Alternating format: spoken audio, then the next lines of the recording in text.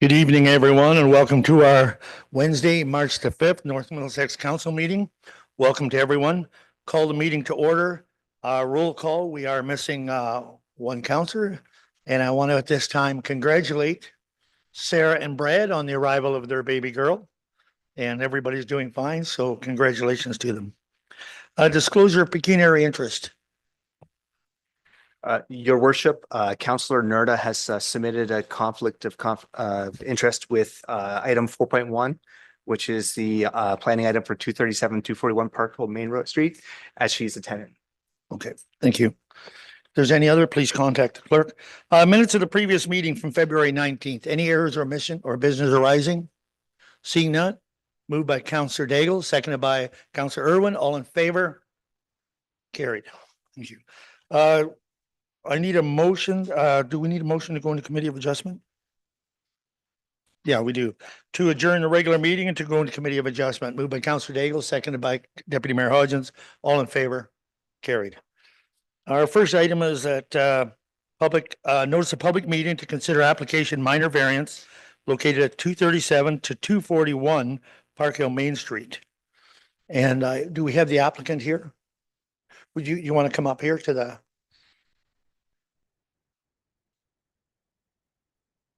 Welcome. Good. All right, we'll start with our planner's report and go ahead, Ashley. Perfect. Thank you, Chair Rob. So the purpose of my report this evening is to provide the committee information on the proposed development at 237 to 241 Park Hill Main Street. The property is located on the corner of Park Hill Main Street and Mill Street, and it's approximately 0.29 acres in size. Surrounding uses are predominantly commercial in nature, with the rear of the property abutting a residential property that is actually zoned as central commercial as well. So that would be 184 Mill Street. The subject lands currently contain two-story mixed-use commercial buildings with ground floor commercial and 8 residential units on the second floor. The property owner also owns the abutting parcel at 184 Mill Street, which will be developed in the future. At this point in time, we haven't received any formal applications for that. The owner is proposing to add 16 residential apartment units within the existing building footprint, meaning that no change to the lot setbacks, building height, lot coverage, or ground floor area is proposed to accommodate the development. 5 of the units would be located in the rear of the main floor behind the commercial units, which is permitted under the zoning bylaw, so long as it doesn't exceed 50% of the ground floor area, and 11 of the units would be located in the basement. So to facilitate this proposal, relief is required from Section 6.11, subsection B, clause III, 6.24, subsection C, 6.34, subsection K, 16.1.2, subsection A, and 16.2, subsection L of the zoning bylaw. So to summarize that, the owner is requesting relief for the dwelling units to also be permitted below the commercial use, whereas, as I've noted, the bylaw permits them above and to the rear of the commercial use. For a portion of the associated parking to be located on the abutting lands of 184 Mill Street, which is also, as I noted, owned by Mr. Hansford, whereas the bylaw requires that they all be located on the same lands. For a reduction in the number of residential parking spaces from 33 to 19, of which 8 are existing and located on the subject lands, and 11 would be located on the adjacent lands at 184 Mill. For a reduction in the number of commercial parking spaces from 19 required to 0, which is what is existing at the moment, and for a maximum density of 47 units per gross hectare, whereas 25 is permitted. So the North Middlesex official plan does indicate that these lands are within the urban settlement area, which shall have the highest concentration and intensity of land uses, and shall be the focus of growth by accommodating a significant portion of this future development. The lands are designated as a central area in the official plan, which is intended to be multifunctional and pedestrian-oriented, and will contain a variety of commercial uses, as well as residential uses that do not negatively impact the commercial focus of the area.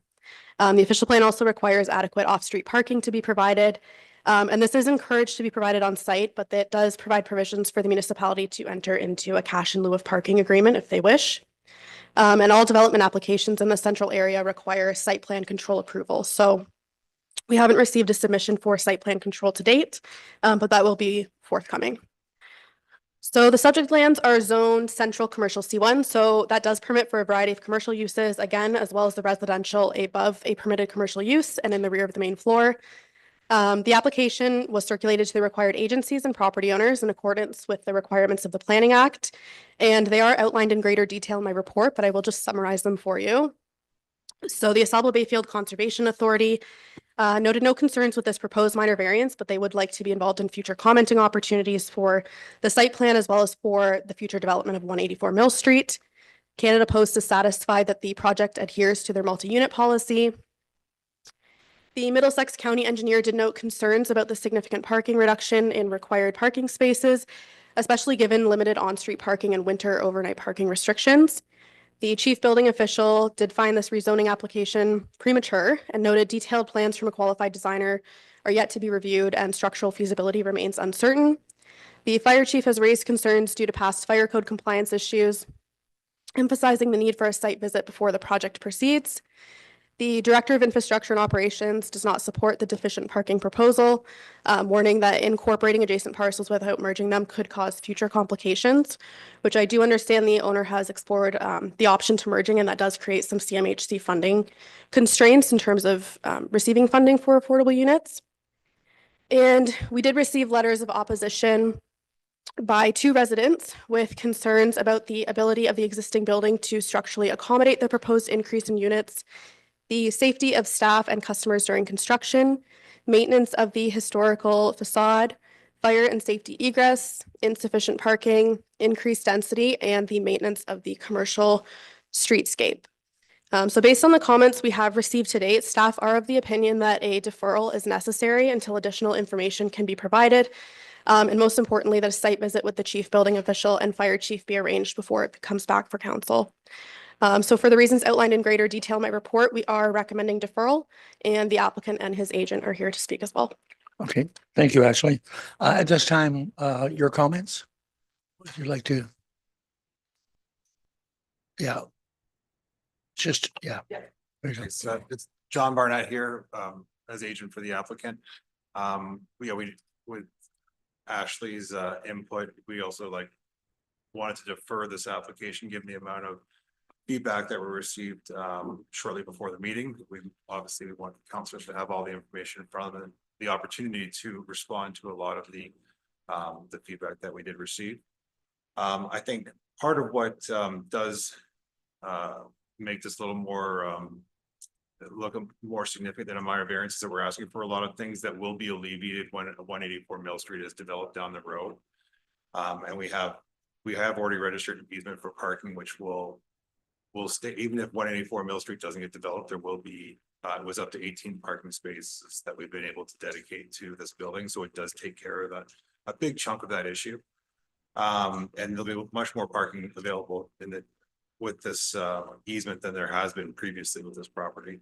And to kind of summarily address some of the other concerns that have been brought up, the building does, it's an older building located on Main Street, and we want to see it redeveloped in a way that maintains the heritage and the character of the building, but also addressing fire concerns, modernization, and to spend that kind of money in the building, there needs to be some incentive as well for the owner to make some money on it too. It has to be economically feasible, not just out of the goodness of his heart to make it to maintain the character of it. And so this, when he's been looking at options here, these ones came up as a good opportunity for him to, invest in the property while at the same time, enabling it to qualify for some CMHC funding, and to bring most importantly, to bring some more affordable units to the municipality, because like all small towns, there is a real lack of available units for residents to live in if they're going through situations or they need to get some just more affordable rental units. And there are some in this building right now. There'll be a lot more, but they'll be nice, so they'll be updated. It won't be he has a number of units, and he likes to say that he would live in any unit that he owns. He has done a project that he took about 4 years in St. Thomas, where there's a building that was in much worse condition than this, where he was able to work with the municipality, worked with Heritage, got funding from the municipality, brought it back to life. It's on Talbot Street right downtown, brand new building, not brand new building, original facade, beautiful commercial space downstairs, brand new residential units throughout. And in going through that process, he's gained a lot of experience in modernizing these older buildings. And it required variances, easements, and some creative legal work to make it happen, but he's definitely up to the task of doing that with this building as well. So we do look forward to the opportunity to bring this back, maybe hopefully the next meeting, to address all the concerns that have been brought up by various departments, as well as the residents in the municipality. And hopefully we can figure out a way to keep this building going, with the beautiful building going, while at the same time, investing in the municipality. Thank you. Okay, thank you. And at this time, option for public to speak. Anyone who'd like to speak on this issue in the public? Seeing no one, questions from the committee? Councillor Knellison. Thank you, Mayor Robb. I actually have several questions, if you don't mind. My first question, of course, is that you indicate you're going to make apartments in the basement. How do you propose that they're going to have emergency exits from the basement? Are you going to add windows to each apartment? Yeah, so at this stage, I guess I wasn't really under the impression I had to provide like full stamp drawings to get the variance, but we've already had architects, engineers on site. I actually met Arnie on site yesterday. The ceiling height's not really that bad. That's one of the main concerns in these kind of things. Natural light was a concern. So what I proposed here has actually already been kind of reduced. I think I sent the revised one out, but it was before the meeting. We're only looking at units off the back of the building, not the front, which is like the back third of the basement, which the main concern with the front units were that, we were going to box out some space on the main floor to get natural light, but the architect said it's probably not going to work. So you might as well just not even do that. So we've already kind of adjusted the layout to show, I guess it'd be on the original one, it was what, 11 in the basement. I think it's 5 down there now. So if you look at that there, yeah. So that's actually the new one. Yeah. So that detail that's been X'd out was going to be how we would get natural light at the front of the building, but with the sidewalks and everything else, like, again, some of the feedback from my engineers are just ask for more, I'll probably get less type thing. So, What's the size of those apartments? Anywhere between 400 and 650 square feet. That's very small. So how many people can that accommodate in each apartment? Well, I mean, there are going to be studios and then 1 bedrooms, mainly because of the natural light thing, right? Like you only have so much space off the back wall to get, I could obviously do less units and bigger bedrooms, but the idea here is to bring at least 4 units at under $1,000 a month. Under $1,000 a month? That's what I'm going for. Yeah. Okay. Because so the whole idea behind this is CMHC has recently come out with funding to try and get more units. So they'll allow us a better loan to value, a better amortization. If I have, Is this a loan or is this grant applications? no, this is just financing opportunities that if I can essentially meet certain criteria for CMHC. What is the minimum criteria you would have to meet? There's different stipulations. So one being that the building has to have more than has to have 70% or more residential, 30% commercial, which is where the basement units come into play. Because if I just do main floor, it won't quite get me there. So that's helpful. The other stipulation is 40% of the units have to be affordable. Currently 4 are already. What's affordable? $1,000 you said? It's all done through CMHC median renter income. So I believe the number is 30% of median renter income, and then each municipality, each area has different designations. So it works out to be about $980 a month, $975 in that Okay, range. you indicated that parking spaces may not be needed in your report here because you say that typically the people that would rent these apartments don't need transportation. Not all of them. No. That's right. So my question for you is, how are they going to pay their rent? If they're not, where are they going to get a job? How are they going to pay their rent? I'm just speaking towards some of the tenants that are currently in the building that have been there for a long time that currently pay rent and don't have. But you're going to more than double the current apartments that are there, right? You're going to go. With that though, like I also have a plan to put 47 spaces on the entire site. Right. So where are these 47 people going to work is my question. I'm not necessarily asking for 47 units between both buildings. So my thought is this, right? The idea behind the phase one and phase two is because obviously because I currently have a building, there's a value there in the square footage of the shell. So I can actually update it and then pull some money out, do the next door. But the challenge with parking is not the overall site. I can provide 47 spaces for the whole site. I just in terms of keeping the cost down and timeline on this project, the current lot is only 8 spaces. But if I get an agreement from the township to say, just do up the west side of Mill Street on some temporary parking, I can get another 13 units out of this. So the parking actually will be much greater than it currently is by next summer is my goal. But for this phase alone, so if you see right there on my, what's outlined there, I can only get 8 technically in those lot lines. But that little rectangle, that's kind of irregular, that will get another 4 spaces. So technically it's going to be closer to 13, I believe, because I'll do that with this existing parking lot. And if you go to the left of the 184 Mill Street, all the way up that, like in the plan, it shows the future development of the whole site. So I just don't want to get caught up on the fact that there's going to be less parking. There will actually be quite a bit more parking. And then one more thing, sir. And then when I go to apply for the next phase, if you guys don't want to, the unit count will be up to you, right? What you allow me to do. So in theory, I can hit whatever parking number you want me to hit on the next phase. It's just this timing. Can we go back to that slide with Yeah, right there. Yeah. No, with the yellow lines on it, the property, the overview of the property in total? That one, yes. Yeah. Okay. Are you proposing that within the yellow lines will all be apartments? Is that what you're proposing? No, I'm not adding to the building at all. So you're not adding to the building at all? I'm keeping the existing structure and then the whole park, like, because right now there is no parking lot, frankly, like it's just, gravel, dirt, whatever. I've owned the building for about 7-8 years and a large, project was doing all 3 roofs because it's a large footprint. There's 22,500 square feet in this building. My argument is that's pretty underutilized considering the housing constraints in the province. The roofs themselves are about 8,000 square feet. So I did all the roofs, which was, a couple $100,000 or just over in the last 6 years. That was the main concern because they were actively leaking when I bought it off the previous owner.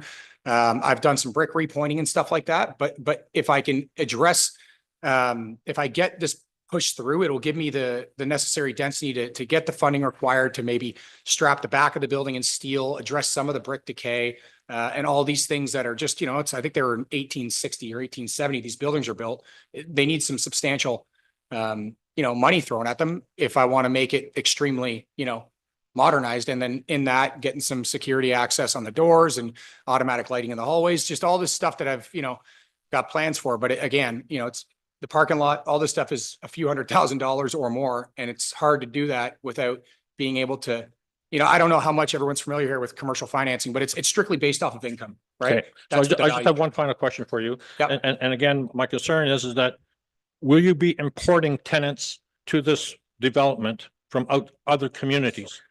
Will you be importing tenants from other communities to this development?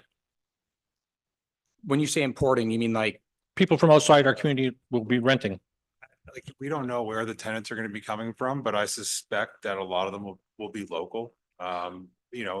People moving out of their parents' places for the first time, people going through separation, divorce, people that have lost a job or there will be some relocation to the area, maybe for some reason, but these types of affordable units tend to be people that are going through changes or people that are in a lower income bracket and need a safe place. Well, that's my point, because I worked in that environment for a number of years, and typically the people who access these type of units are those that are on some form of social assistance. Do you provide residential service to people on social assistance? Is my question. Do you currently? Absolutely. Yeah, I have 9 units in St. Thomas, 7 of which are on Ontario Works. I've got a house in London with 4 tenants on disability, I guess. ODSP? Pardon? On ODSP? ODSP, yes, thank you. I have. And how many of these people that you currently serve are dealing with mental health or addiction issues? Are you asking if I have experience dealing with these type of tenants or just how many per se? All right. Okay, I withdraw that question. All right, thank you. You've answered my questions. Yep. Okay, thank you. Councillor Keel. Thank you, Mayor Rob. This might be a question for Ashley. You mentioned for the applicant, you'd mentioned that the building is 1860, 1870-ish type thing. Okay. Leave it off. So. Okay, so with this proposed basement apartments, does there need to be any type of accessibility upgrade for this? And if so, that would be quite costly in its own. There's gonna be pretty significant engineering and structural work that needs to be done to probably underpin the foundations and make sure that they're all up to code and satisfactory, which is concerns that Arnie brought to Mr. Hansford yesterday. And that'll all be done. There's a very reputable firm that's working on that. So there will be accessibility upgrades that brought into that. There will be, whatever structural work needs to get done will get done, and it'll all be done by engineers. Like we're working with Strict Baldinelli and Menez right now, and they're great. And the project that I mentioned earlier in St. Thomas, similar issues. The whole building had to be kind of re-engineered to try and save the brickwork at the same time, making sure it's safe for 100 years to come. Yeah. So essentially with that project, just to note on that, like we built an entire steel frame through an existing, it was quite intensive. Like it was like, not to make this seem not like large work, but this was a pretty wild job. So we built a steel frame through an existing building built in 1800. So I do have a lot of experience with this. I've done some new construction, but I've also done a lot of rehab. So I personally, guys, I absolutely love buildings like this. Like I'm a natural like real estate lover. I don't know why. I started reading books on it at 16, but I have no intentions on ruining anything to do. Like I overbuilt my new builds with brick when I didn't have to, just because I like it. Right. I did a heritage building in London as well. And I got an award for it. And I'm not trying to like toot my own horn here, guys, but I'm just saying that, I love this stuff, right? It's the heritage and the brickwork and stuff. I'm very familiar with it. So as far as the accessibility, again, I just didn't think that I had to address all those concerns just yet to get the variance, right? But we will obviously, like, my understanding is you can't get a building permit without meeting everything, right? Like, so if this was signed off on, the next step is like, okay, I got to provide that information. And if I can't, then obviously whatever I can provide that meets code is what I would be doing. Just to further add to that, we're gonna have to comply with the building code. This is all issues that we're gonna address at site plan. And there will have to be some accessible spots given the number of residential units. And there will be the necessary, everything's gonna be up to code in that regard. So there will be some changes. You just have not crossed that bridge yet. No, Yes. If we can't get the minor variance, it doesn't make sense to spend all the money that we have to spend on the site plan And engineering. No, but I guess what I'm getting at is I just wanted to make sure that was all in your business model. Absolutely. Because I'm quite Yeah. sure that it. In fact, with CMHC funding, they actually have more points for accessible units. So there's affordable, accessible, and then energy efficient. On this building, I don't know that I can meet energy efficient requirements. So it pretty much comes down to affordable units and accessibility units. Affordability is, like I said, it's 40, 16, 80% on existing buildings. On new construction, it's 10, 15, 20% to meet the certain level of points to get the certain funding that allows these projects to make sense, essentially. Okay, thank you. Councillor Irwin. Thank you, Worship. I have a couple of questions as well. My first question to the applicant here, sounds like a bit of emergent design going on currently. Sorry? Emergent design, you're still making it up? I mean, in terms of what regard? Well, for example, you've changed the layout of the basement apartments today. So the reason I did that, just to Yes. kind of touch on that, is last week, Arnie, and I was going to meet Jacques and Arnie at the property. And this was like the week before the meeting. So I didn't plan on making that call, but when I talked to Arnie, he said that you guys, well, not you guys per se, but the building department probably wouldn't be favorable to transom windows. So I called my architect right away and said, hey, like, what do you think? And he said, just get rid of them. He's like, it's probably not going to work. So then I got rid of everything off the front and side of the building and just sticking to the back where I have control of the parking lot and the ability to bring in more natural light. So that's why I made the adjustments last minute, is because I couldn't, I had a conversation with Arnie earlier in the week and he just kind of made it seem like, and I just want to get to it, right? I didn't want to waste time. And that's fair. So my question related to that is, have you talked to the community, the neighbors and the current commercial tenants about the changes you've made today? So currently, there's only one tenancy that's on a lease that would impact this in terms of like, timelines. And yes, I've been in discussions with them. I mean, again, when it comes to the tenant issues, if I don't get an approval, there's no sense in ruffling feathers. So like, you know what I mean? If I actually get a variance, I have to deal with the leases I have on hand. Like I can't just, do whatever I want. So if I get the variance, then I would definitely start addressing those. But I've talked to 3 of the commercial tenants, yes, So my question relates to your, neighbors. the planner has recommended a deferral. You're okay with deferral? In I'd that, love an approval, but yeah. in that Obviously, deferral period, yeah, will you talk to the community and neighborhood around your plans yeah, in more? absolutely. Yeah, well, I own the one next door. I don't know the owners of the buildings that addressed me. In November, I proposed a 3-story. So I was gonna add a 3rd story. There's just too many rules with the residential landlord tenant board and tenants below. It just wouldn't have worked. And then Arnie had said there was some concerns with snow drift and stuff like that. So this isn't the first kind of thing I've thrown out there, but it seems like it's probably the most likely. Just given when you add the 3rd story, there's a lot of challenges with 8 tenants below, and then also the neighboring properties when you deal with some of the structural drift of snow loads and things like that. And obviously the structural integrity is even more intense when you're throwing a 3rd story on. Just one additional question, your worship, and this is a question for the planner, if I may. A technical question. If there is a deferral, will there be an opportunity for the community to come back again for comment as a deferral? That's a good question. Through Chair Ropp. So if you wish to defer tonight, then we would bring back a report with changes for you to consider at a future meeting. Yes. And and the community can comment. Well, this would be the purpose of holding the public meeting this evening. So there would be no opportunity if there's a deferral for the community to comment again, or would there be? There's not a requirement under the Planning Act to hold a second public meeting, but if that's the committee's wish, we could discuss that farther. Yes. Okay. And also, is there not an appeal period as well? If it does, like, oh, okay. Any other questions here?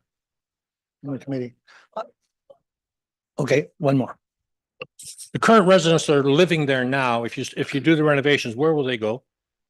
Well, because there's nothing over top of them, they're not really going to be impacted all that much. Like there might be a little bit of noise and stuff. And again, these are things that I would address with my contractor, with the tenants logistically, but getting to that requires approvals. But I'd say more than anything, it'd be noise, right? I'm sorry? Noise more than anything. So they would continue to live there? Absolutely, yeah. Okay. And I would have to take those necessary, precautions in terms of, and because it's all off the back of the building, the way the entrances work on this building is it's up and down from the front to back.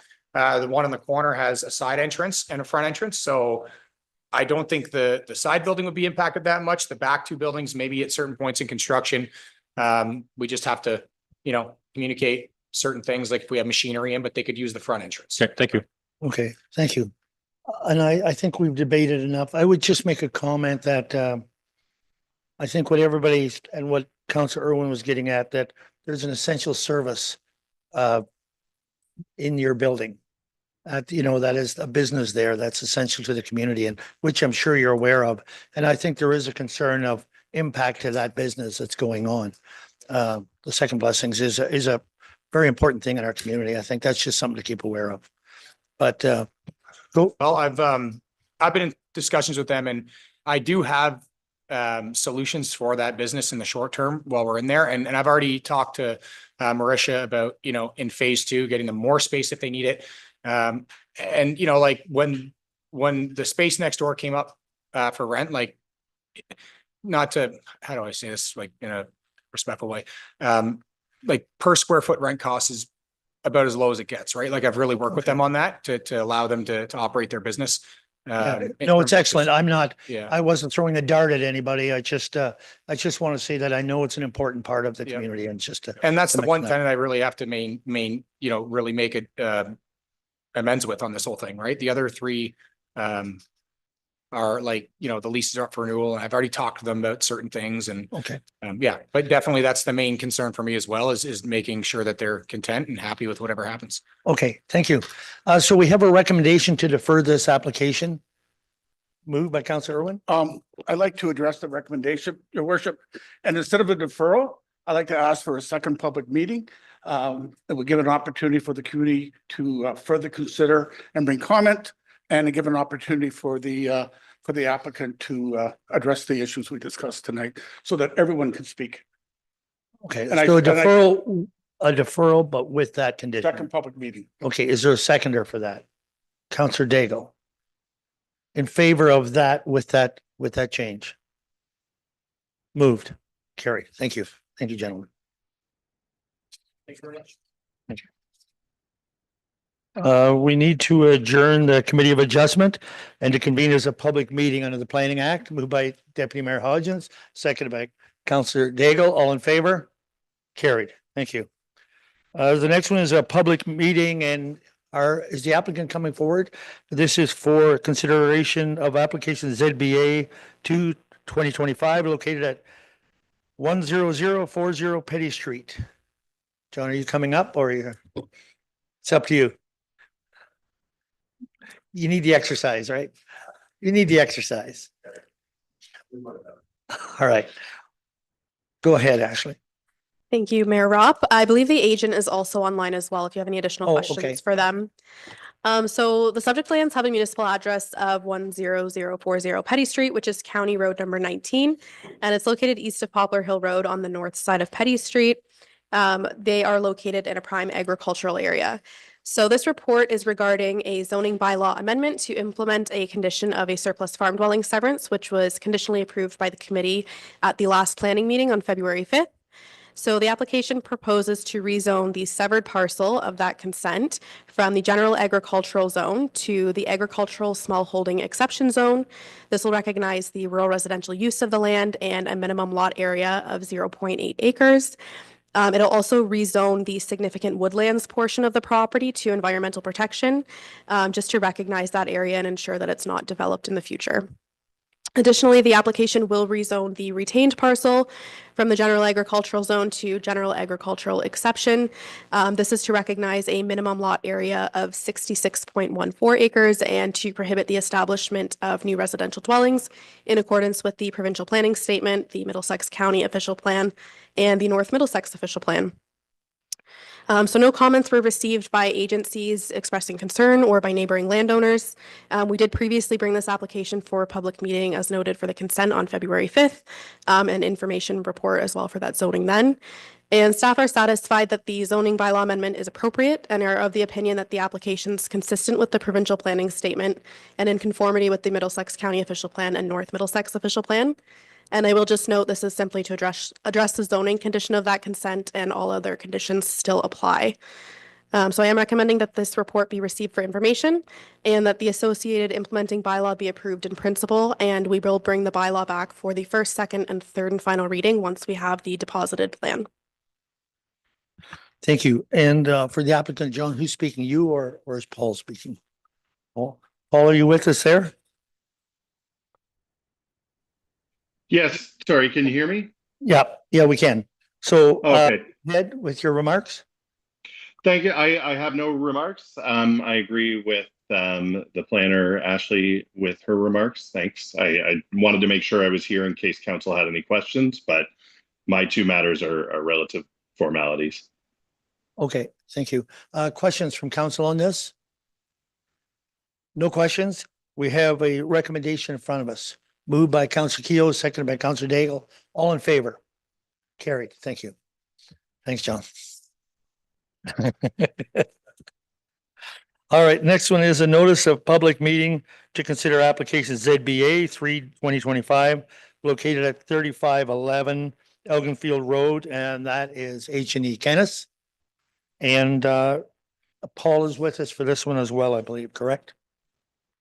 That's correct, yes. Okay, thank you. Go ahead, Ashley. Perfect. Thank you, Chair Ropp. So the subject land has a municipal address of 3511 Elginfield Road, which is County Road number 7. It is located east of McGuffin Hills Drive and on the south side of Elginfield Road. And this report is regarding a zoning bylaw amendment, again, to implement a condition of a surplus farm dwelling severance, which was conditionally approved by the committee June 5th, 2024. So the zoning bylaw amendment application will rezone the severed parcel of the consent, which is B14 2024, from general agricultural to an agricultural small holding exception zone. So this will recognize the rural residential use of the property and the existing front yard setback for the single detached dwelling. So I will just note that adding in that reduced front yard setback. It's from 15 meters to approximately 12 meters. It is existing and it's going to strictly apply to that structure. And it's just so that in the future, it makes the applicant's life easier to demonstrate a legal, as opposed to demonstrating a legal non-conforming status. We're just demonstrating it with a zoning change. And then I will note for the retained parcel, which is the farmland portion, we will rezone it from A1, which is general agricultural, to general agricultural exception. And this will recognize a reduced agricultural lot size of 94.76 acres. And again, prohibit the establishment of residential dwellings as required by the provincial planning statement, the county official plan, and the municipal official plan. So staff are satisfied that this amendment is appropriate and are of the opinion that the application is consistent with the provincial planning statement and conforms to the Middlesex County and North Middlesex official plans. And again, this is just to address the zoning condition of that surplus farm dwelling severance. All other conditions still remain in effect. So I am recommending that this report be received for information and that the associated implementing bylaw be approved in principle and brought back before council for a first, second, and third and final reading once we have the deposited plan referenced in the bylaw, which we just received yesterday afternoon. So this will likely come back to you at the next council meeting. Okay, thank you. Paul, is there anything you'd like to add? No, I have the same comments as the previous application. Thank you. Okay, any questions from council on this application? Looks like we're just waiting for some follow-up paperwork to finish it up. Okay, moved by Councillor Keough, seconded by Deputy Mayor Hodgins. All in favor? Carried. Thank you.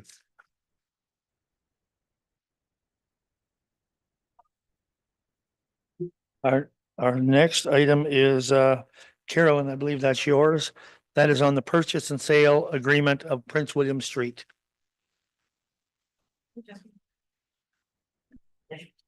Oh, wait, did I miss a page?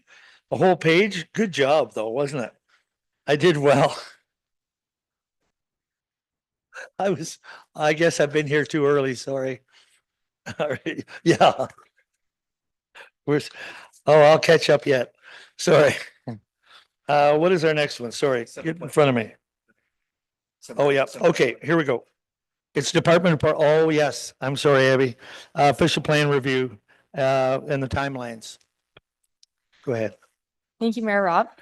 So the purpose of this report is to present council with a proposed timeline outlining key milestones in the consultation and engagement process pertaining to the ongoing official plan review. So as council is aware, council initiated the official plan review in June of 2024 in accordance with Section 26 of the Planning Act.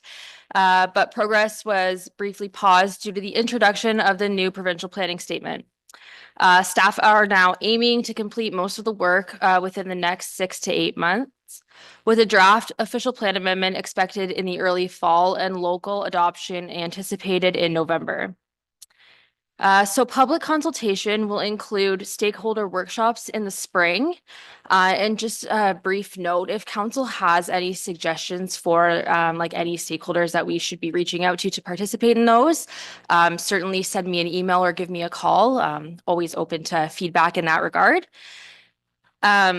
As well as open houses in Elsa Craig and Park Hill, which are intended to build on the survey that was previously available on the municipality's website for a number of months last year.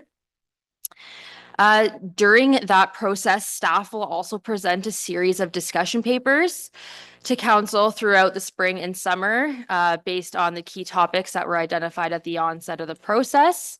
And the intent for these discussion papers is to provide some background information and preliminary policy options for council's consideration ahead of the red line coming forward. And then just a quick note, some good news. Given that North Middlesex was successful with its Housing Accelerator Fund 2 application, the municipality, in partnership with the other area municipalities who were successful, have retained a consultant to complete the council-approved action items that have land use planning implications. And as a result of that, it is likely that a separate housing-focused official plan amendment and zoning bylaw amendment will be completed ahead of the official plan review timeline, which is positive news. And I'm happy to answer any questions that council may have. All right, questions? Councillor Irwin.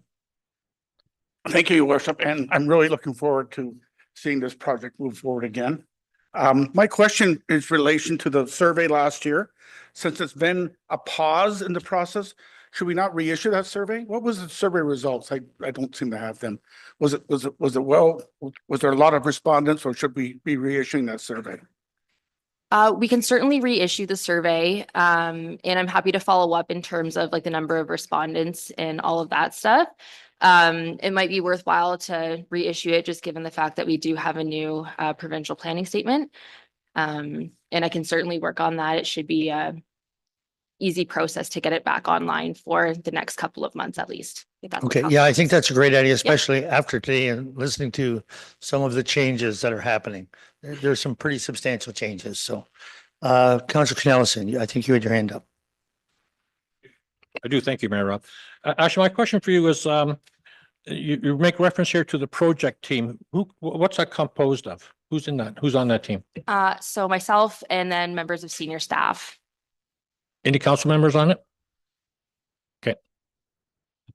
Any other questions at this time? Seeing none? Well, you got off pretty easy. Anyways, thank you very much. And we look forward to seeing this keep going. So thank you. Oh, yeah, we need a motion to accept it from Mitch, Councillor Irwin, Councillor Daigle, all in favor? Carried. Thank you. The report from the Director of Infrastructure and Operations, Sam, you have the annual water report. Thank you, Mayor Rob. To Mayor, members of council, before you tonight is report DIO 10 of 2025 that presents the appended annual drinking water report, which was prepared by Aqua for compliance with Ontario Regulation 17003. As noted in the report, for the reporting year of 2024, no issues or incidents were noted or reported, and there was a decrease in usage from 2023 through to 2024 based on rectification of a major water leak in 2023, pardon me. So the recommendations put forth to council tonight are as follows. The council receives report DIO 10 of 2025 regarding the annual drinking water report for information, and the council receives the appended annual drinking water report prepared by the operating authority, Ontario Clean Water Agency. I'm happy to answer any questions if there are. Thank you. Questions? Councillor Cornelison. Thank you, Mayor Rob. You addressed part of my question by saying there's significant reduction in the amount of water purchased, but I'm still curious. What's the difference between the water we purchase from the city and the amount of water that is billed out? Through your worship to the councillor, I'd suggest that's partially part of the water loss issue that we're trying to work through, or almost entirely due to the water loss issue that we're trying to work through. That's, and I understand that, but I guess, did you have a figure as to the number of meters that are lost, that are not accounted for?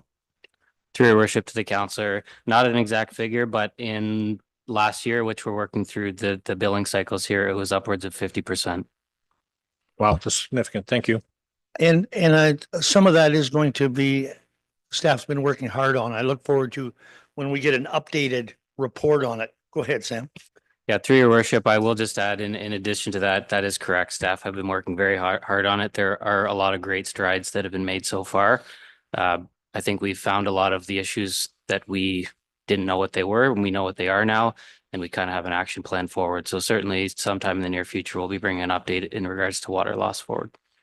Yep. Okay. Councillor Keel. Thank you, Mayor Rob. It's more just a comment and expressing to actually the general public, to anyone that's listening, that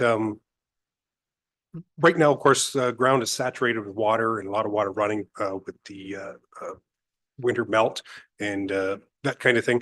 But in the future, especially in April, because that seems to be water main breakage month. Is that correct?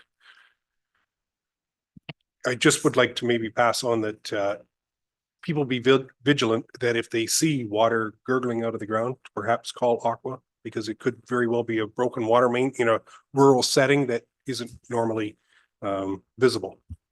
Okay, go ahead, Sam. Through your worship, that is correct. Usually when we have these fluctuations in temperature that swing low high quite a bit, which we are obviously going through one now, that is definitely opportunity for water main to break. And just to add to that, what you'll likely see is pooling water and bubbling water. So that's certainly what you want to look for if you are looking for anything like that. Okay, thank you. Any other questions on this? We need a motion to accept this for information. Councillor Canellas, Deputy Mayor Hodgins, all in favor? Carried. Our next one is proposed fence bylaw report. Thank you, Mr. Mayor. To Mayor and members of council, before you tonight, based on a number of recent and ongoing concerns that have been brought forward by both residents and developers, is a report with an appended proposed fence bylaw. North Middlesex does not currently regulate fencing, and therefore it's in our best interest to do so, to bring us forward for approval and implementation that brings us in line with bordering municipalities, industry best practices, and helps us obviously regulate fencing throughout our municipality with the bylaw.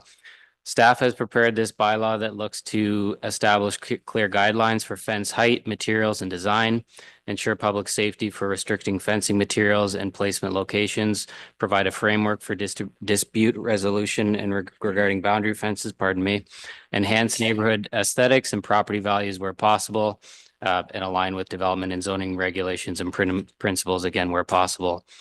So the key provisions of the bylaw that are in the bylaw are as follows. There's maximum height limits put on it that fences in residential zones not exceed 2.13 meters or 7 feet, with the exceptions of tennis courts or minor exemptions where justified and worked through with staff. The material restrictions are prohibited, so there's no use of sheet metal, corrugated metal for panel fencing in residential zones. That barbed wire fences or electrical industrial fences are restricted to the actual uses that they're for, which would be agricultural, commercial, or industrial, or around government or utility properties. That privacy screens are allowed under specific conditions, again, with height restrictions of 3 meters, with placement limitations. That enforcement and visibility triangles are protected. So those would be your lot corners and visibility triangles that fence don't exceed a certain height, thereby protecting safety for visibility triangles. Again, I mentioned the electric fencing, that they're generally prohibited unless it's on agricultural lands or for livestock management of some sort. And that there's maintenance standards included within that property owners must follow, that keep them in good condition and hopefully comply with municipal standards. It speaks to division fences and how shared responsibility works, largely just deferring that away from the municipality to the Line Fences Act, which is an Ontario legislation. And then it does speak to provisions as far as development goes, about allowing the municipality to work with developers to request fencing as part of development proposals that come forward, to separate proposed developments from existing properties, residential, commercial, whatever it might be. In the report, I've noted that we plan to do a phased rollout plan in terms of if the bylaw actually is implemented, that we work with staff to prepare some sort of educational campaign that we would release to the public to better understand how things would work, and that we would work internally as staff to look at creation and refinement of a permitting process. There is not one proposed as current as part of the bylaw to do permitting for fences, but that's something that we could certainly look into if that was council's wish.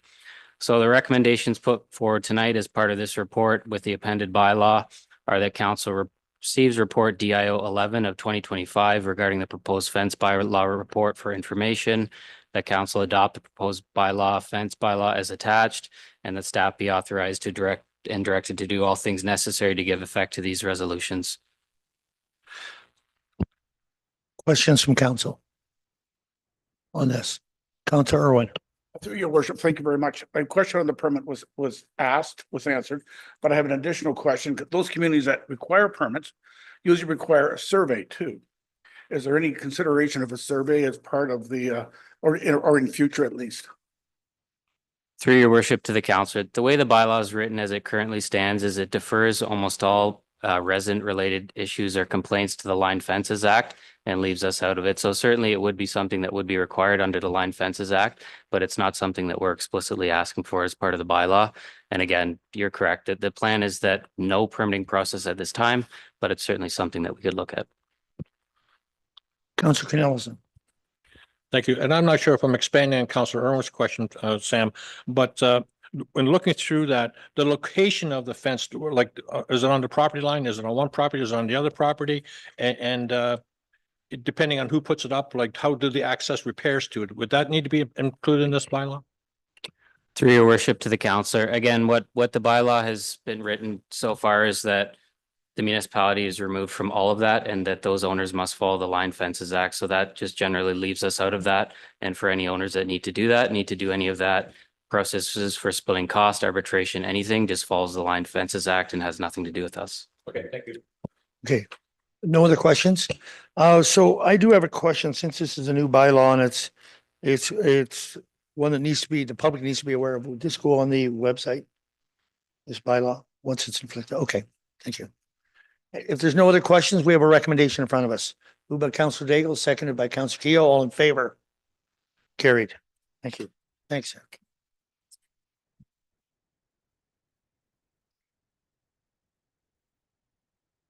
Okay.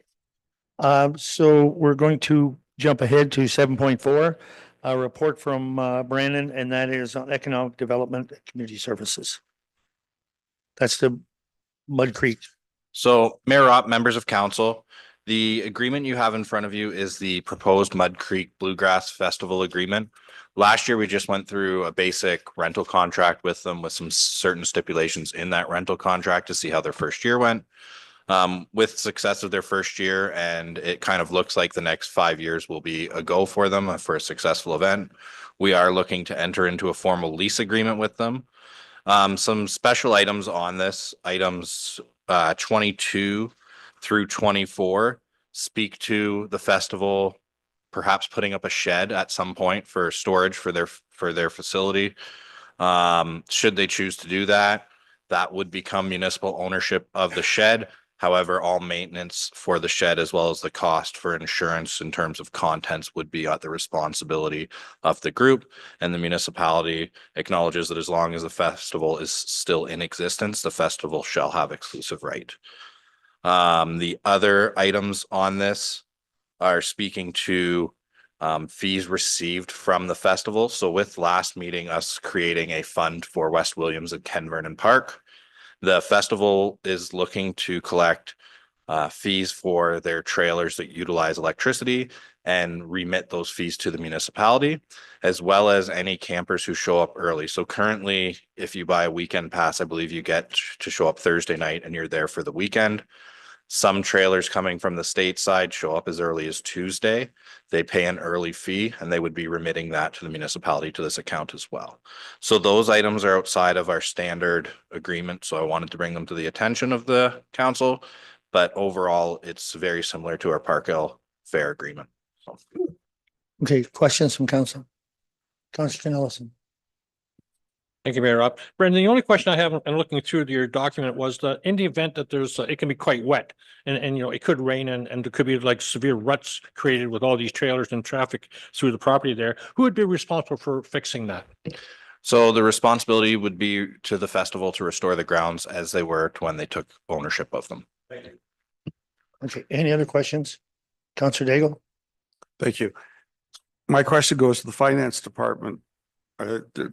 The running of this extra set of accounts, is that going to be an issue going down the road?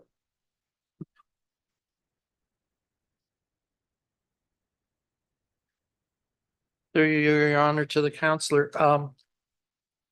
since this is the first time I've seen this, I don't know how many accounts it's going to require.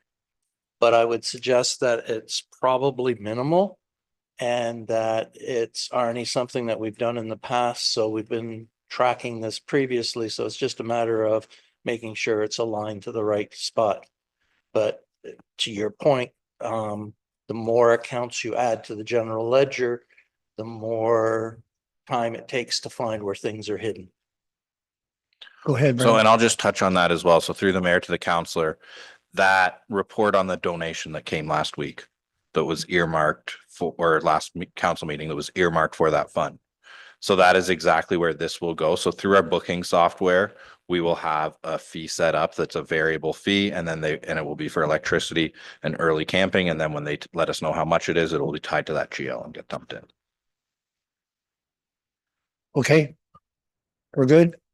No more questions? All right, we have a recommendation in front of you that this report be oh, it's a little bit longer, so we should move it. Councillor Daigle, Councillor Irwin, all in favor? Carried. Thank you.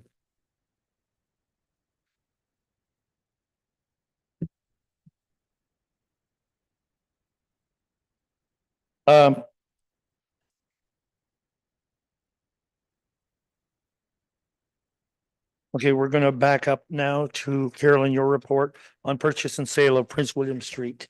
And we did have that up on the screen. Can we get that back? Thank you, Worship. Yes, so on the screen, you'll see a copy of the reference plan that was completed for this property.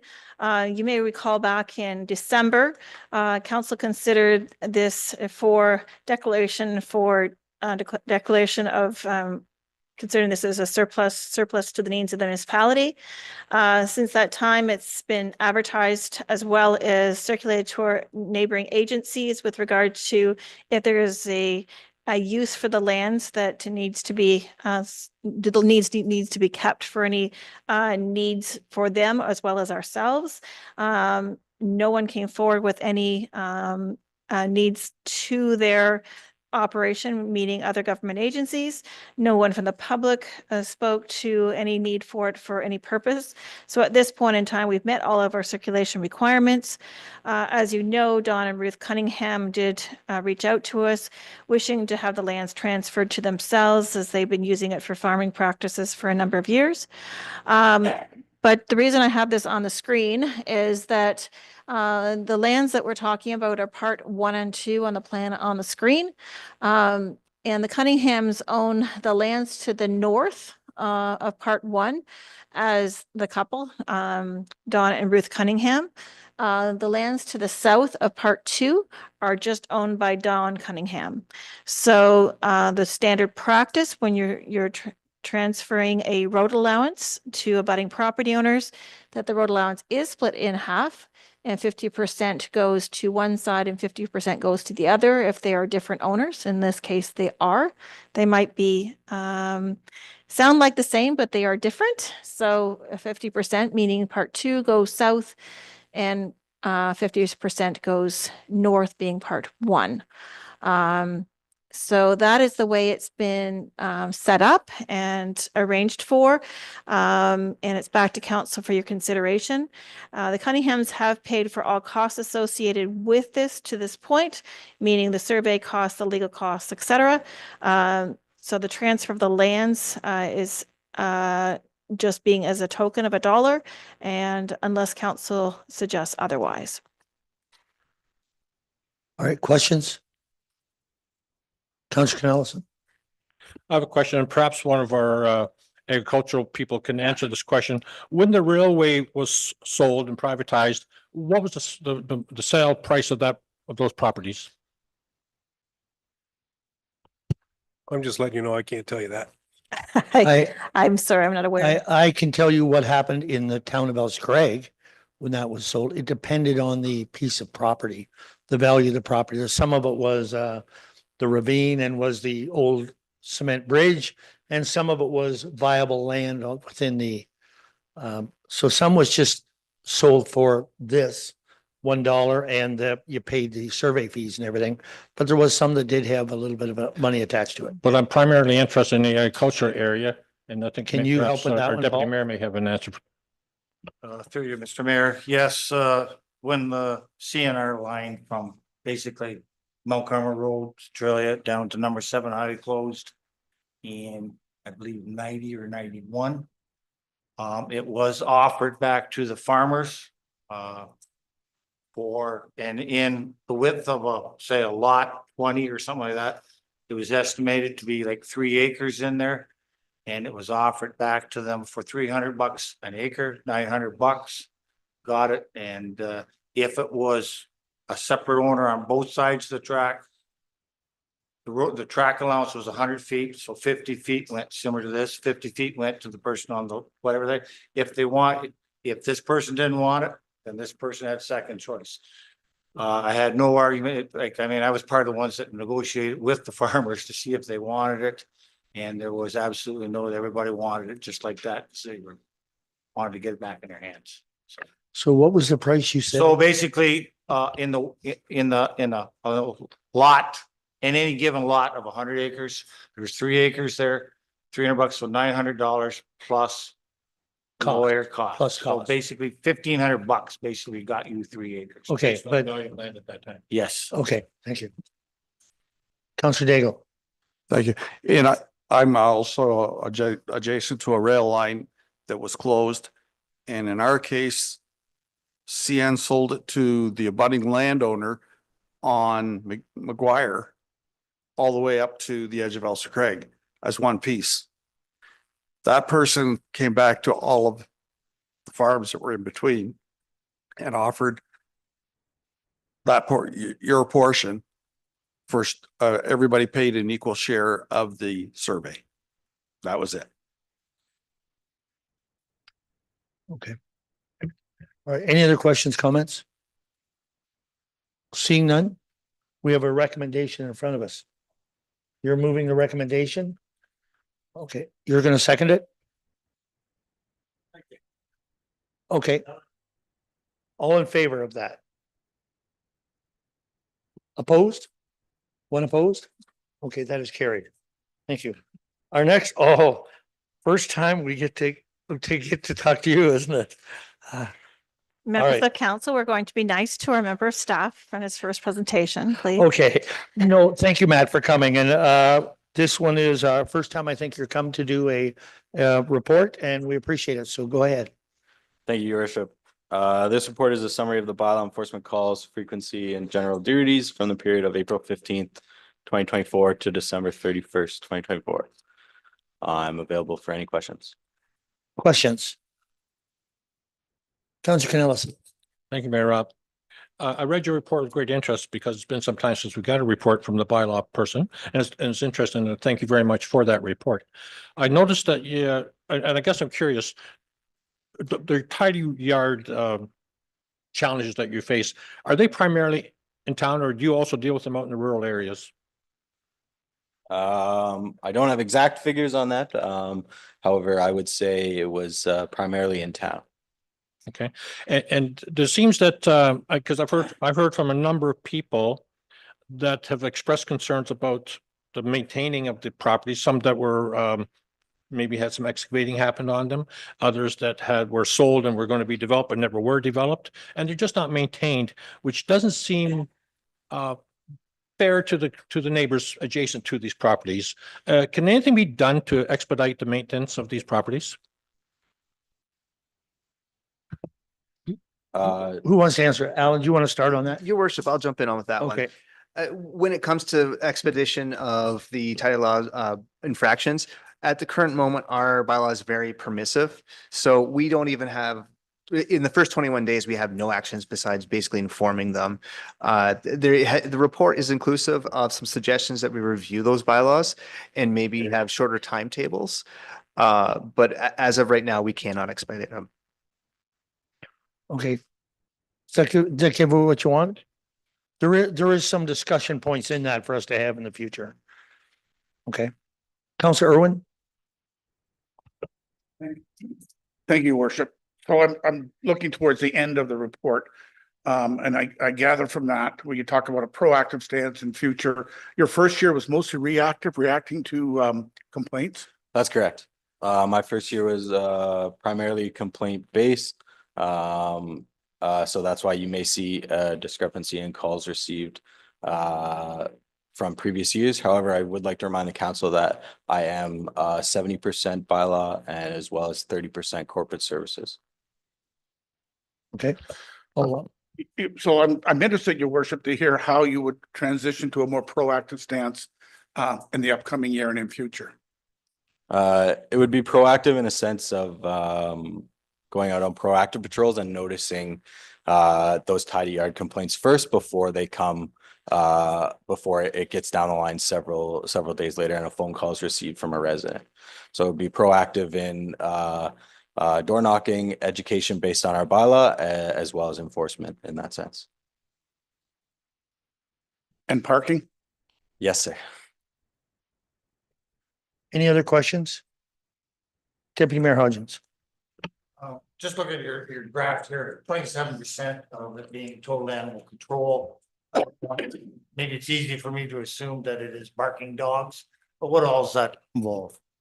That does involve some barking dogs as well as working with our animal control center of Lobo in assisting in lost dogs. Okay. Any other question? Councilor Daigle. Thank you. Does licensed vehicles come into issue versus partial vehicles that are sitting on properties? Those are covered under our tidy yard bylaw and they're enforceable through that. So I believe if it is an expired tag or partially dismantled vehicle, those are addressed in our tidy yard bylaw. Follow up? How do you determine a tag anymore when they're not tagged? It would then fall under the condition of the vehicle, whether it be roadworthy or not. Okay, go ahead. One more. I do. This is kind of a funny one, but I'm going to ask you anyway, because I piqued my interest when Deputy Mayor asked you about animal control. And do you also deal with coyotes? Because I have a coyote problem in my backyard. Currently, I do not right now, no. Damn. We have them trotting down middle of town on Main Street. Well, too. yeah, well, I'm going to keep Yeah. trying. I'm not giving up. Yeah. Okay, if there's any other questions, there is some things that are going to come before council in the future to talk about tightening up some of the deadlines and some of that stuff. So if there's no other questions, we need a motion to accept this for information. Councillor Irwin, Councillor Daigle, all in favor, carried. Thanks, Matt. Our next one is Felicia, you have one, and that is on the Hydro One Energizing Life Community Fund grant application. Go ahead. That's right. Thank you, Mayor Ropp and members of council. So the report in front of you is just a report about the Hydro One Energizing Life Community Fund grant. And it's my recommendation that this report be accepted for information and that council directs staff to apply to the grant for the North Middlesex Trails project. And I'm here for any questions. Questions from council? Councillor Canellison. Felicia, would it be advantageous to have the support of the Sawbo Bayfield on this grant application? It was actually the Sawville Bayfield that reached out to me to complete this application, as he has tried to complete multiple different avenues of grants, and he just didn't have time to do this one. So he would like me to do. Great, thank you. Welcome. So you're throwing your support behind this is what you're saying. Okay. Councillor, oh, you're making the motion, Councillor, moved by Councillor Daigle, seconded by Councillor Keogh, all in favor, carried. Thank you. Our next one is a report from the Fire and Services. Greg, you're coming up, and that's the Legion grant application. Yes, sir. Thank you. Your worship, members of council, what you have before you is a request for the endorsement of the fire department requesting a grant from the Royal Canadian Legion that would be used towards the purchase of a new thermal imaging camera for the Park Hill station. Questions? Councillor Canellison. Thank you. In regards to this grant application, Greg, or Fire Chief Ben Hoovel, is that to a central location of the Legion, like Canada-wide, or is that our local legions? I believe it is done in the zone, which is the province. Thank you. I have a follow-up question for the chief, not related to this, but before he leaves. Okay. Did you have a question? Go ahead. Yes, just a question. I'm all in favor for this. Is the old thermal imaging camera like completely done? Or sometimes I've heard that, okay, whether you want to do this or not, there's, okay, third world countries that would maybe like one, that can you pass it on to that or donate it to them? And when you replace this, is that something that you do? Or is it just traded in and it's gone for the new one or what? So over the last couple of years, we've had to send this particular camera in for repairs a couple of times. The screen is going on it. We've been able to repair it. If we're able to access this money to purchase a new camera, then I would think that this is pretty much at the end of its life cycle. Yeah. Okay. All right. Moved by Councillor Daigle, seconded by Deputy Mayor Hodgman. All in favor? Carried. Good. Other business. Are you staying for a little bit? Yeah. Okay, so for other business, all right. Committee reports. Anyone wishing to report? Lake Huron tomorrow, Like you're in tomorrow? 2:00. Anything else on the Yes. committees? Go ahead. Asaba Bayfield? Yep. As some of you may know, Jeff Cade has submitted his resignation. He's retiring from the Asaba Bayfield after many, many years of service, and he will be missed. There is a partnership appreciation dinner on March 20th following our meeting, and anyone who's interested in attending, it certainly is a worthwhile event. It's at the Ironwood Golf Course, and they always serve excellent meals. As you may have noticed in the announcement I think Felicia sent out, that Ray Shartland, who represents Huron East, has been elected chair of the board, and I am the vice chair. I got into that somehow. So, Ray's been serving on that for quite a while. a number of years. He's Yeah, been he's the a vice good- chair for prior, and he's doing a great job. Good person, yep. Great. Anything for ABCA? Any questions? Seeing none, no. Any other committees that want to report? All right, correspondence. We have Aqua and the tariffs. That's all we have for correspondence. Receive and file. Other and urgent business, other business. Councilor Canellison. Thank you, Mayor Rob. I have a question for Chief Vandenhoe, if I may. And I spoke to the chief prior to our meeting here and let him know I'd be asking this question because I had a resident express concern about the parking in the turnaround at the Chartwell Gardens here in Park Hill. And I was asked the chief if there's any restrictions as to parking there. Yes, sir. As I understand it, that is private property. We've had some inquiries about whether that can be designated as a fire lane. And for the benefit of all the other members of council, I mentioned to Councillor Cornelison, we will look into that and we'll come back to council with a full report on that. Thank you so much. You're welcome. Okay, thank you. Mayor Rob, I have another item, if I may. Okay, And I mentioned to you earlier that I received a text message from our Director of Infrastructure earlier in the week. And it was not identified as our current director, but as a previous director. And I'm wondering if it would be possible to have our cell phones updated to reflect who currently is using that particular phone. so is that on his phone though, or on your phone? Like, have you not updated on, like, I'm asking who? Oh, I don't know. Alan, Your worship, the phone number, contact information is to the phone with it, if it's going to be from a text. Your email will update in Outlook, but your phone you have to manually change that yourself. so it's on the receiving phone, not on the phones going out. You mean it's my fault? Yeah. Yes, we set that up so nicely and you set it up very nicely. Thank you. Any other business? Any other business?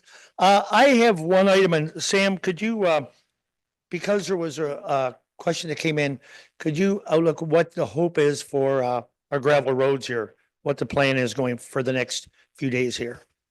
Through your worship, to members of council and to any members of public who are watching.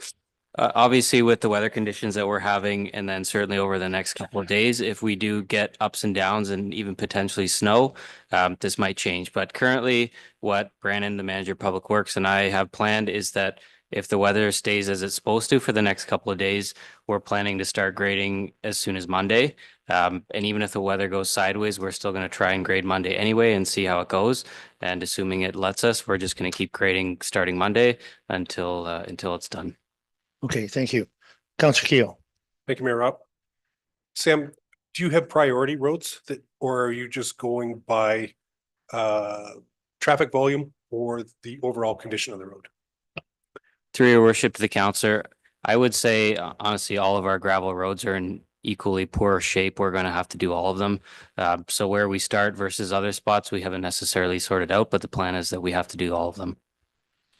And I appreciate your reporting to it, Sam. I know we talked about it earlier today, and that's why I brought it up. And because I think, like you say, the roads are in tough shape. It's not just here. It's just all around us. So, any other business? I would have one thing, and that was that at the county, we had a delegation from where? We had a delegation come in from Cambodia. Sorry, I vapor locked. I have such a headache tonight. I'm sorry, folks. But we had a delegation come from Cambodia. And it was a group of mayors and governors and deputy mayors from the rural regions. And my point to it is, I think we could learn from how they treat people with each other and people with respect. I think we've lost some of what they have, but it really showed what they're working on. The projects they're working on are very basic projects that we just take for granted. We just turn on a water tap and it's there and the projects they have to do to get good water and stuff. Just make that point. It was just it was an interesting time talking with them. Okay, go ahead. I just wanted to let council know that the mayor, myself, and Brandon Drew were involved in creating a podcast that was done. It was actually, it was out of the former church location just on Broadway Street. It was done by Mastermind, who do podcasts on a variety of topics. This one specifically, we were asked to attend for the purposes of talking about the growth and the area and the fantastic environment that is North Middlesex. And so they asked me to join in the podcast. I suggested the mayor join us. The mayor was going to be running late, so I had Brandon Drew fill in. And I think between all three of us, I think we covered topics to support and showcase North Middlesex very well, in my opinion. The podcast will be released. There'll be 3 separate ones. I thought they'd merge us all together, but no. I'm hoping they'll each will be individually great, but mine will be released on March 13th. Brandon Drew, March 20th, and the mayor's March 27th. So I'm hopeful that they will be very positive and something we can showcase on our own website, and all the materials and photographs that were taken as a result of it can also be used for our purposes as well. So fingers crossed that we did a great job. Okay, any other business? Seeing none, deferred items, communication, including county council. Nothing there. Reading of the bylaws. Thank you, your worship. That bylaws 27 of 2025, 28 of 2025, and 29 of 2025 be read first and second time. Moved by Councillor Keogh, Councillor Daigle, all in favor? And third and final, Councillor Canellison, Deputy Mayor Hodgins. Your worship. Oh, you got one you're missing. Yeah, so the third and final is also could be inclusive of 76 of 2024 and 97 of 2024. All right, now third and final. Councillor Canellison, Deputy Mayor Hodgins, all in favor? Carried. So I need a motion to go into close. All in favor?